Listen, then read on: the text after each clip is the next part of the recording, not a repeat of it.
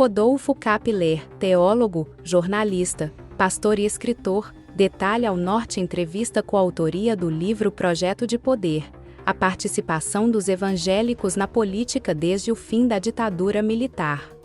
Projeto de Poder. Evangélicos no Brasil, desde o final da ditadura militar, mais precisamente em 1985, eles começaram a se organizar, a se estruturar para chegarem até posições de poder e para que, através disso, eles pudessem impor a sua ética, os seus princípios, os seus interesses, as suas agendas sobre o todo da sociedade. Então, nós chamamos essa movimentação dos evangélicos, essa organização dos evangélicos, de projeto de poder, porque, de fato, né, nós temos comprovações quanto a isso, de que os evangélicos estão buscando mesmo introduzirem os seus princípios e valores sobre todo da sociedade por intermédio de posições de poder dentro do chamado poder público, ou estão tentando também chegar em posições de poder no ordenamento jurídico. Então, os evangélicos estão, desde 1985, de forma mais organizada, buscando construir esse projeto de poder. E isso, a cada dia mais, tem sido evidenciado, né? Nós temos visto nos últimos períodos eleitorais, candidaturas de pastores evangélicos, candidaturas de cantores evangélicos, de ministros, ministras, de pessoas que publicamente se identificam como evangélicos, né, e utilizam, inclusive, esse capital político, que é a identificação com a religião evangélica, que cresce cada dia mais no Brasil, para angariar votos e para chegarem a posições de poder. E um emblema disso é a chamada bancada evangélica, né, que é a Frente Parlamentar Evangélica no Congresso Nacional, que também começa, né, em 1985, ali uma espécie de bancada, eles começam a se organizar. Em 2003 é formada a Frente Parlamentar Evangélica, e hoje é a terceira maior Frente Parlamentar Evangélica no Congresso Nacional. São 227 parlamentares nessa atual legislatura, e desses 227, 156 são declaradamente cristãos evangélicos. Então, eles têm um poder muito grande, e desde a criação da Frente Parlamentar Evangélica, ou Bancada Evangélica, nós temos visto os evangélicos, os parlamentares evangélicos, se organizando para propor projetos de leis que não têm nada a ver com os interesses da população. Ao contrário, são projetos de lei, na sua grande maioria, que se contrapõem ao direito, por exemplo, das minorias. Então, o que nós temos visto ser reivindicado pela bancada evangélica no Congresso Nacional são interesses que são muito alheios àquilo que nós encontramos como princípio, né, ou princípios do Evangelho de Jesus. Então, são coisas são diametralmente opostas. Né? Então, os evangélicos estão, sim, tentando implementar um projeto de poder, e nós vemos isso, né, como eu te disse, há muito tempo. Também isso fica muito evidenciado se nós olharmos para alguns fatos históricos. No início dos anos 2000, mais precisamente em 2000, o bispo Edir Macedo, ele publicou um livro, que é o Plano de Poder. E neste livro, o bispo Macedo, ele conclama os evangélicos a serem paladinos do bem, a se envolverem mesmo, a entrarem de cabeça no jogo político, de corpo e alma no jogo político, para imporem a sua ética, imporem os seus valores sobre a sociedade. Então, de fato, há um plano de poder, um projeto de poder que está sendo encampado pelos evangélicos, e isso se torna cada vez mais público, né? Nós, por exemplo, vimos a ex-primeira-dama, Michele Bolsonaro, no último dia 25 de janeiro, na Avenida Paulista, em São Paulo, teve uma manifestação, né, dos apoiadores do ex-presidente Jair Messias Bolsonaro, ela esteve lá no palco e ela disse uma frase assim, que realmente demonstra aí esse plano, esse projeto estruturado de poder dos evangélicos. Ela disse assim: olha, há muito tempo nos disseram que misturar política e religião era algo errado, né? E aí o que aconteceu foi que o mal tomou o lugar, né? Então está na hora de nós mostrarmos realmente, enfim, os nossos valores, em outras palavras, né? Está na hora dos evangélicos realmente entrarem cada vez mais nessa luta pelo poder. Então, é um projeto de poder, e nós vemos isso, por exemplo, no modo como os políticos que se identificam com o ideário da direita, né, que tradicionalmente é abraçada pelos evangélicos, como eles implementaram no último governo, né, como eles implementaram políticas públicas na educação que demonstram, de fato, esse desejo dos evangélicos de imporem a sua ética, né? Por exemplo, proibindo, há uma proibição, isso vem inclusive de projetos de lei da bancada evangélica, uma tentativa de proibir a discussão sobre gênero na escola. A gente sabe que isso é muito importante, né? A gente sabe que hoje as pessoas se identificam, aliás, sempre se identificaram, né? Mas hoje elas têm coragem de assumir isso, elas se identificam, enfim, com inúmeras formas de gênero, né? E isso precisa ser discutido nas escolas, porque há muito preconceito, há crianças, adolescentes que sofrem preconceito quando não se identificam com os tradicionais concepções de gênero, e os políticos, os parlamentares evangélicos tentam barrar, né? Tentam vedar esse tipo de discussão. Por exemplo, eles tentam também impor a sua ética, né, que não tem a ver com a ética de Jesus, mas com a ética dos evangélicos lá, mas eles querem proibir a discussão, a prevenção contra a homofobia nas escolas. A gente tem que realmente prevenir esse tipo de coisa. A homofobia precisa ser combatida, e isso começa com as crianças, isso começa com os adolescentes. Eles tentam interditar esse tipo de campanha, né, de prevenção. É só alguns exemplos, né? Por exemplo, nessa atual legislatura, a bancada evangélica, a Frente Parlamentar Evangélica, a primeira medida que ela tomou nessa atual legislatura foi em outubro do ano passado, que foi a tentativa né, ou melhor, foi a aprovação de um projeto de lei que descredibiliza o direito que os homossexuais ganharam, né, conquistaram em 2011, de terem a sua união civil reconhecida, né, o casamento civil entre pessoas do mesmo sexo. Então, eles aprovaram, em outubro, um projeto de lei que tenta, de certa forma, derrubar esse direito, né, das pessoas homoafetivas. Então, a gente vê mesmo que realmente é um projeto de poder. A preocupação não é com os direitos das minorias, ou com aquilo que interessa realmente à população, aquilo que é do público, do interesse do público, mas realmente estão ali para defenderem os seus princípios, valores, interesses e agendas. A fé genuína. Não haveria nenhum problema de um grupo da sociedade buscar um projeto de poder, porque, como diz o Max Weber, né, na sua obra clássica Ciência e Política, Duas Vocações, ele diz que a política é a arte de repartir poder. Então, de fato, política é isso, política é a obtenção de poder, né, sobretudo a política institucional, ela é a obtenção de poder para que esse poder seja repartido com as pessoas que não têm poder, com os invisibilizados, com aqueles que não têm voz, com aqueles, enfim, que não têm acesso às coisas básicas, né? Essa é a arte da política, né? O ter poder e repartir. O problema não é ter um projeto de poder, porque a esquerda, tradicionalmente falando, ela tem um projeto de poder, a direita também, né? Os grupos políticos têm, os partidos políticos têm um projeto de poder, que é chegar ao poder.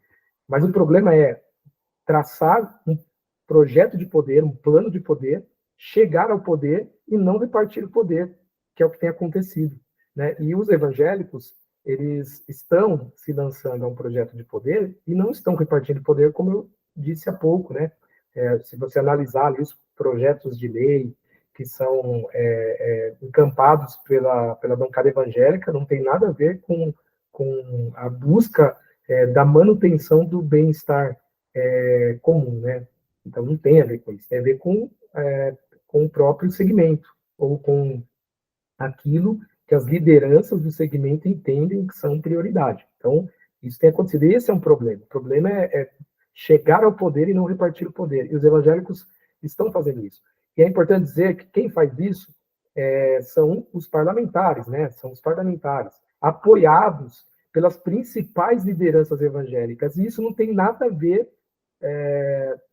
assim, com o povo evangélico, com os fiéis que estão lá nas igrejas, que vão lá com o coração aberto, que vão buscar a Deus, que vão fazer as suas orações, né? Que, enfim, estão ali realmente para expressar a sua espiritualidade, ou muitas vezes, ou na maioria das vezes, são pessoas que vão até os templos evangélicos porque estão desesperadas, porque elas, né, elas são invisibilizadas, elas não recebem apoio do poder público, né? O poder público não enxerga essas pessoas, é o que nós vemos no Brasil, né? Sobretudo nas periferias, nos rincões do Brasil, né? As pessoas elas estão realmente abandonadas pelo Estado. E aí as igrejas evangélicas acabam preenchendo essa lacuna, né, do abandono do Estado, e acabam ajudando essas pessoas, dando cestas básicas, dando um aconselhamento, ouvindo essas pessoas que estão desesperadas, intermediando conflitos familiares, né, orientando jovens que estão totalmente perdidos, às vezes seguindo o caminho da criminalidade. Isso, a igreja evangélica, as igrejas evangélicas, elas fazem isso é algo positivo. Não tem como nós fingirmos que a igreja evangélica não faz esse tipo de coisa, que ela faz e acaba ajudando muito as pessoas mais precarizadas. Então, não tem a ver, o projeto de poder não se relaciona com os fiéis. Os fiéis, na verdade, estão ali fazendo, cumprindo o seu papel, né, de expressar a sua espiritualidade. Agora, o projeto de poder, ele acaba sendo um instrumento, ou melhor, essas pessoas acabam sendo um instrumento de manipulação, né, desses líderes evangélicos que estão macunados com o poder institucional. Então, eles instrumentalizam a fé dessas pessoas para outros fins, que não são fins nobres, né? Você usar a fé, algo tão, né, assim, tão precioso, algo de foro íntimo, a fé, a espiritualidade, você utilizar a fé das pessoas para angariar votos, isso é algo nefasto. A moral em detrimento da ética. Eles deixaram de lado os parlamentares evangélicos e todos aqueles que apoiam esse projeto de poder, sejam eles pastores ou até membros fiéis, eles deixaram de lado a ética de Jesus, porque a ética, ela se relaciona com a manutenção do bem-estar comum, né? Sempre Jesus, tudo que Jesus disse serve para o bem comum. E eles se apegaram a um moralismo cristão evangélico que não tem nada a ver com a ética de Jesus. Né? O que Jesus diz que as pessoas devem fazer, os seus seguidores, sempre vai desembocar em coisas boas para a coletividade. E o que Jesus diz que os seus seguidores não devem fazer, também, se assim praticado, vai desaguar em coisas boas. E a bancada evangélica, os parlamentares evangélicos, os pastores que apoiam esse projeto de poder, eles estão encampando um moralismo, né, que se relaciona muito mais com o entendimento do segmento evangélico acerca de questões, de comportamentos, do que com o que Jesus realmente ensinou seus discípulos a fazerem. Então, não tem a ver com ética, tem a ver com moralismo. O livro. Esta obra aqui, ela será lançada aqui em Piracicaba, interior de São Paulo, onde eu resido, no próximo dia 9 de maio, às 19h30. Então, quem é da região, quem mora na cidade, está super convidado para participar. Então, esse livro aqui é uma obra coletiva. Eu tive o privilégio de ser convidado pelo Eduardo de Proença, que é o editor da Fonte Editorial, né, que é uma editora muito conhecida no mundo da teologia, das ciências da religião. Tem mais de 700 títulos no catálogo, enfim, muito, muito conhecida das pessoas que estudam essas áreas do conhecimento. Então, fui convidado para convidar os autores e autoras para fazermos esta obra, que fala sobre este projeto de poder, né, sobre o qual conversamos aqui, que tem sido encampado pelos evangélicos desde o final da ditadura militar.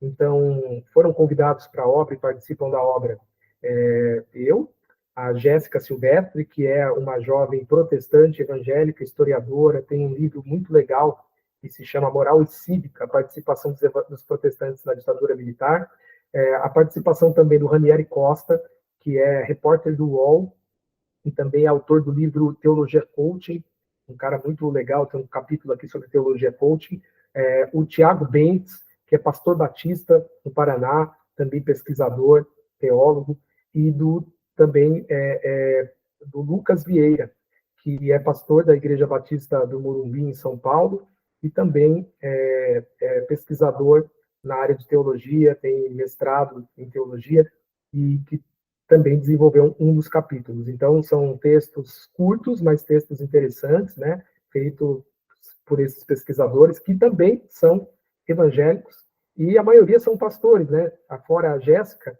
que também é evangélica, envolvida com a sua igreja local, os autores são pastores e pesquisadores. Então, o livro tem, acho que, esse ponto em comum a respeito dos autores, e acho que isso é interessante, porque são pessoas que estão dentro do movimento e que tentam também expor as suas percepções, né? Outras 2 publicações. Eu também sou autor do livro Geração Selfie, que é uma pesquisa sobre a nova geração de jovens, daqueles que nascem a partir dos anos 2000. Então, eu abordo as principais características da chamada geração Z, que eu denomino de selfie. Esse livro pode ser encontrado na Amazon, no Mercado Livre, em outros sites também de vendas de livros. E também sou autor do livro O País dos Evangélicos, Política e Religião no Brasil Contemporâneo, que é, na verdade, a compilação de 20 entrevistas que eu realizei para a revista Veja no último período eleitoral, em 2022. Eu entrevistei figuras proeminentes do debate público, como vou citar aqui Marina Silva, Tabata Amaral, Marcelo Taz, o padre Júlio Lancelotti, o pastor Caio Fábio, o pastor Ed Renekiewicz, pastor Silas Malafaia, também Gabriela Prioli, Kleber Lucas, e outras figuras importantes, que até me esqueci, que são 20 entrevistas, e eu entrevistei essas pessoas de junho de 2022 até dezembro, então eram entrevistas semanais que eram publicadas, muitas dessas entrevistas repercutiram Brasil afora, se tornaram, enfim, alcançaram ali os primeiros lugares dentro do veículo, como as matérias mais lidas. Foi muito legal, aí tivemos a ideia de organizá-las num livro, né, para deixar aí para a posteridade, porque é uma espécie de radiografia daquele período, né, Gesiel? Então, é o livro O País dos Evangélicos, também se encontra lá no site do Mercado Livre, ou da editora, da Fonte Editorial. Origens e formação. Tenho 36 anos, e sou filho da Maria e do Ricardo. A Maria é uma alagoana, que foi criada em São Paulo. O Ricardo é natural de Duque de Caxias, do Rio de Janeiro, vieram para São Paulo, capital, e tiveram 4 filhos. Eu sou o caçula, são todos homens, meus irmãos mais velhos, e fomos criados pela minha mãe numa igreja batista histórica, tradicional. Então, desde criança, eu enfim, estive ambientado aí naquilo que nós chamamos de cultura evangélica, né? Aprendi história da Bíblia, nunca saí da igreja. Fui criado durante o período da adolescência, também estive na igreja. Fiquei ali uns 2 anos fora, né, como um adolescente que estava descobrindo o mundo. Depois voltei à igreja, recebi a minha vocação pastoral aos 16 anos e comecei a me dedicar a isso, liderando adolescentes na igreja batista da qual eu fazia parte, que a minha família fazia parte. Depois liderando jovens e atuando em outras áreas da igreja, e fui para o seminário, né, para a Faculdade Teológica Batista de São Paulo. Fiz a minha graduação em teologia, que é um dos seminários mais conhecidos, né, no Brasil, assim, tem excelentes professores ali, tem uma tradição de labor teológico, e depois disso fui ordenado ao ministério pastoral numa igreja batista histórica, faço parte, né, da Ordem dos Pastores Batistas do Brasil, e depois também comecei a estudar jornalismo e desenvolvi alguns trabalhos na imprensa local. Trabalhei como repórter no canal de Piracicaba, também trabalhei fazendo algumas matérias na Tribuna de Piracicaba, depois atuei como gestor de comunicação no canal de Piracicaba, e fui convidado para fazer alguns trabalhos como repórter freelancer na revista Veja, atuando juntamente com o jornalista Matheus Leitão. E fiquei ali por 3 anos, né? Escrevi inúmeras matérias, inclusive artigos de opinião, fiz entrevistas, e foi um período muito legal, muito interessante. Ainda atuo, né, fazendo alguns trabalhos ali de colaboração com alguns veículos aqui, alguns veículos locais. Então, esse sou eu, Rodolfo, e todos os trabalhos que fiz na imprensa, inclusive na revista Veja, foram trabalhos que trabalhos que tocavam nessa temática do segmento evangélico, ou da intersecção entre política e religião evangélica no Brasil, e acabei, né, me tornando ali não só um interlocutor, mas um especialista, né, sobre essa relação dos evangélicos com a política institucional. A função de pastor. Igreja Batista Alternativa, mais conhecida aqui em Piracicaba, né, como Igreja Alternativa.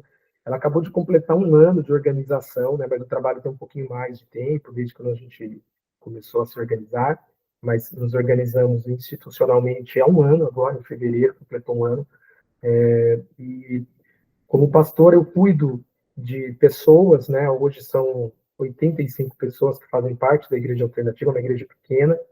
Nós atuamos na cidade de Piracicaba também, nos envolvendo com os problemas sociais da cidade. Então, já desenvolvemos um projeto social na comunidade de Cantagalo, que é uma das comunidades mais precarizadas da cidade. Então, a gente sempre estamos ali nos movimentando, fazendo alguns trabalhos de assistencialismo social, né?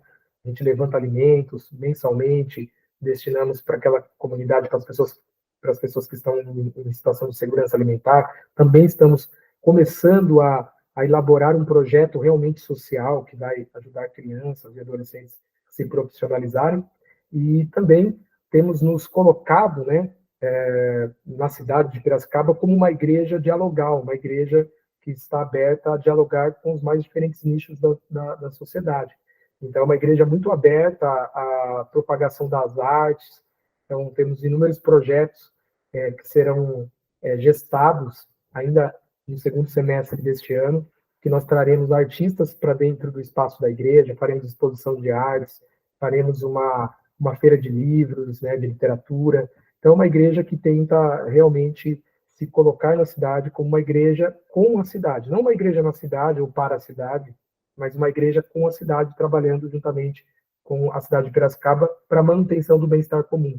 Então, esse é o objetivo da Igreja Alternativa, e uma igreja que quer, de fato, incluir as pessoas, sejam elas homoafetivas, sejam elas heterossexuais, sejam elas praticantes de outros credos. Nós queremos incluir as pessoas na vida em comunidade. É isso que nós acreditamos de fato nos ensinamentos de Jesus, né, que são ensinamentos éticos, que fazem bem à coletividade, fazem bem ao indivíduo. Então é isso, e eu tenho pastoreado essas pessoas, né, servido essa comunidade, domingo a domingo, ensinando publicamente, ocupando o púlpito da igreja, e também fazendo aconselhamentos, ministrando aulas que propagam conteúdos teológicos, bíblicos. Então tem sido essa a minha atuação pastoral, Gesiel, aqui na cidade de Piracicaba, no interior de São Paulo. A reforma silenciosa. Eu não vou saber aqui replicar os dados, mas eu posso fazer menção ao meu amigo querido, Juliano Spayer, que é um dos grandes pesquisadores do segmento evangélico no Brasil. Ele não é evangélico, ele é colunista da Folha de São Paulo, amigo pessoal, que escreveu um dos livros mais importantes para quem quer compreender o fenômeno evangélico, né? Que é Povo de Deus. Vocês podem adquirir esse livro, que é um livraço, né? Uma pesquisa que ele fez para o doutorado dele na Bahia, atuando num bairro composto por muitos evangélicos. E o Juliano Spayer, há pouco, escreveu numa das suas colunas para a Folha de São Paulo, escreveu um artigo falando sobre esse crescimento de igrejas com viés mais inclusivo. Inclusive, há um aumento que foi computado, né? Que foi computado pelo último censo do IBGE. Então, hoje nós temos mais de 500 mil igrejas evangélicas, mais de 500 mil templos evangélicos, no Brasil, e há um crescimento muito grande, que chamou a atenção do Juliano Spire, de igrejas independentes, comunidades independentes, e que são mais inclusivas, ou, digamos, que têm um viés mais progressista no modo como se relacionam com a política geral, né, em seus contextos. Então, eu acredito, sim, que está havendo uma espécie de reforma, né, de reforma eclesiológica, né, uma espécie de reforma também teológica que está acontecendo no Brasil.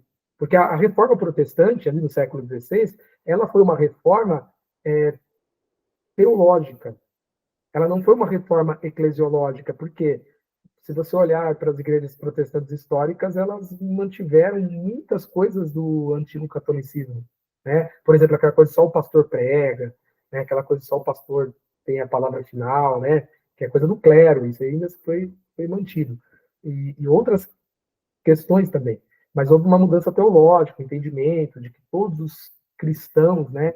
Todos os cristãos podiam manifestar a sua espiritualidade, ter a sua conexão direta com Deus, de todo mundo poderia examinar as escrituras. Então, houve uma reforma teológica, mas não eclesiológica, a meu ver. Então, hoje está havendo uma reforma eclesiológica também.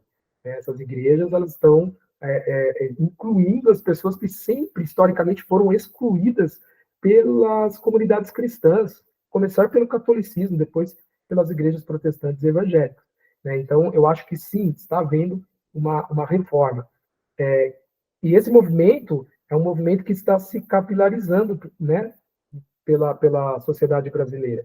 Então, parece que não está acontecendo uma mudança. Parece que o que nós vemos aí são somente igrejas que estão embarcando nesse projeto de poder, ou se alinhando com esse discurso de projeto de poder, mas a gente vê, né, ou percebemos, um movimento silencioso, essa revolução silenciosa que está acontecendo. Eu não sei como será nos próximos anos, mas, graças a Deus, nós estamos conseguindo, né, os evangélicos estão conseguindo, os evangélicos que não concordam com o status quo, os evangélicos estão conseguindo respirar, estão achando alternativas comunitárias de fé aqui e acolá. Né? Ainda faltam mais alternativas, mas está aumentando, sim, Gesiel, esse movimento de igrejas evangélicas mais sensíveis às necessidades das pessoas, das minorias, sabe? Isso tem acontecido. Por exemplo, acho que eu posso citar aqui, mas o pastor Edgar Kivitz, né, que é uma grande referência no Brasil, que é o pastor Batista, pastor da Igreja Batista de Água Branca, que fica na Barra Funda, em São Paulo, ele tem encabeçado um movimento chamado Conversas Pastorais. E eu tenho participado desse movimento uma vez por mês. Há esses encontros lá na chamada IBAB, né, que é a Igreja Batista de Água Branca. E, cara, nós vemos assim inúmeros pastores, pastoras, líderes, obreiros de várias denominações, inclusive denominações pentecostais, que estão frequentando esses encontros, e ali há uma discussão mais aprofundada sobre temas da Bíblia, sobre temas teológicos e sobre também temas sociais. Então, é muito bacana ver essa força, né, que não tem sido publicado em lugar nenhum, mas são muitos pastores que lá se encontram. Então, é muito legal saber que está vendo esse movimento. Comunidade LGBTQIA+, não é só acolhida, mas aceita. Muitos têm medo de entrarem nessas comunidades, atenderem a esse discurso e depois serem feridos, né, e abandonados. Eu penso que nós não devemos acolher, nós devemos aceitar. Esse é o discurso que eu tenho proferido na igreja alternativa. Porque há uma semântica entre acolher e aceitar. Você pode acolher, você pode dar guarida. Acolher é dar guarida a alguém que passa por um momento difícil. Isso todas as igrejas fazem, tá, Gesiel? Qualquer igreja evangélica, você pode ir na igreja mais envolvida com o projeto de poder, um homossexual, uma pessoa da comunidade LGBTI+, vai ser acolhida. Ali, vão receber, vão ouvir.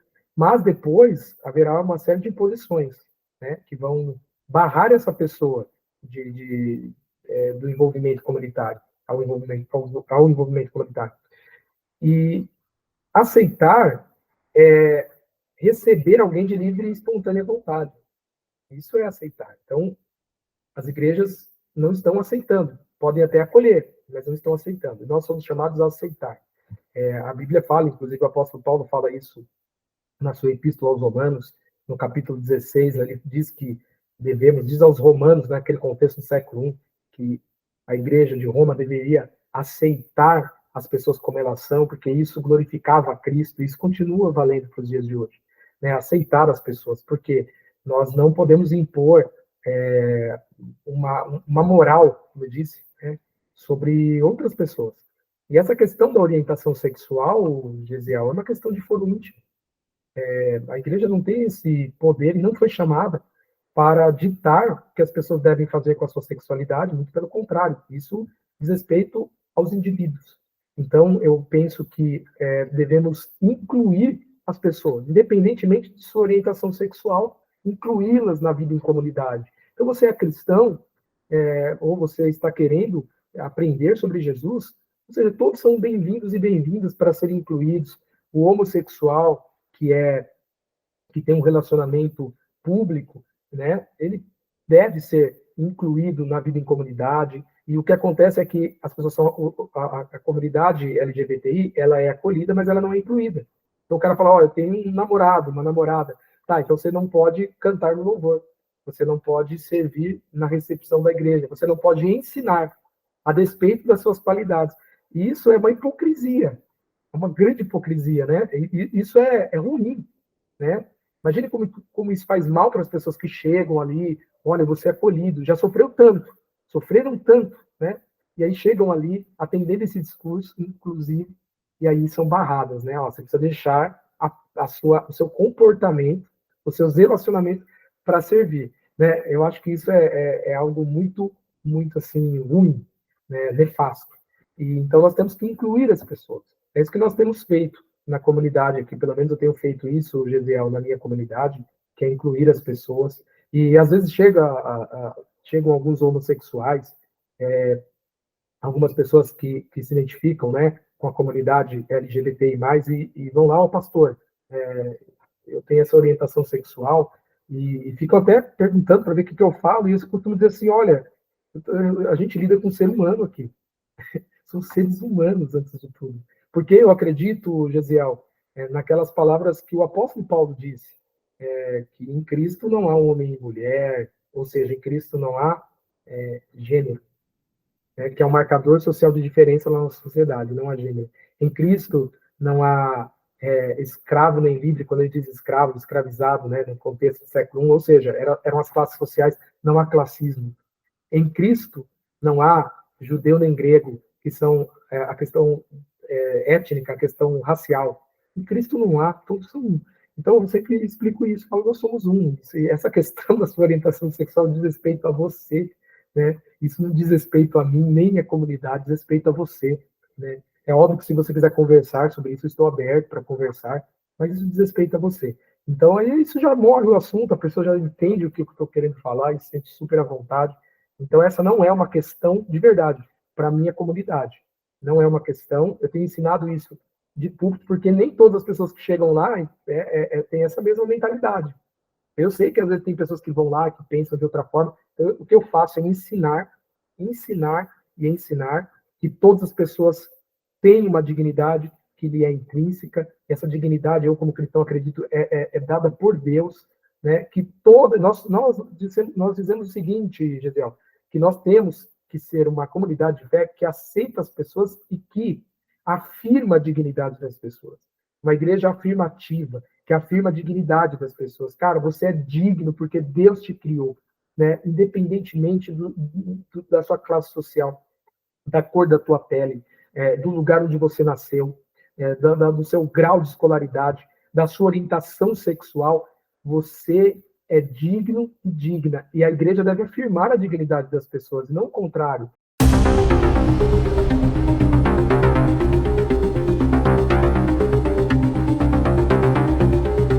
Acesse o portal norte.com.br e veja essa e outras entrevistas especiais.